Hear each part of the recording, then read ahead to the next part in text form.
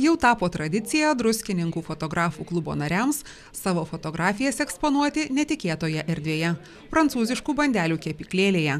Šį kartą debiutinę parodą, pavadintą Amerika, Amerika, ten atidarė leipalingietis fotografas Kęstutis Krancevičius.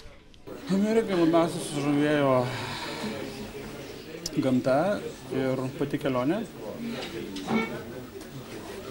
žmonės, jų gyvenimo būdas ir nauji nepatirti pojūčiai.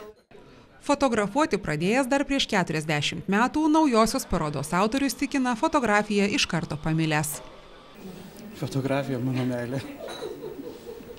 Kuo jį taip sužavėjo? Na, nežinau. Tai kūryba, darbas, saviraiškos priemonė galbūt.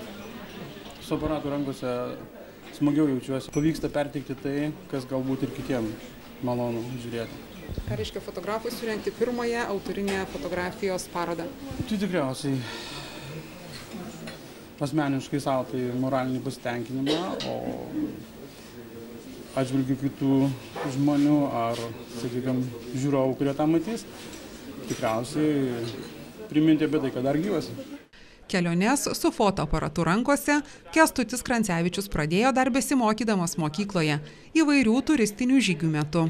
Vėliau fotografavo keliaudamas po Skandinavijos, Pabaltijo ir kitas Europos šalis.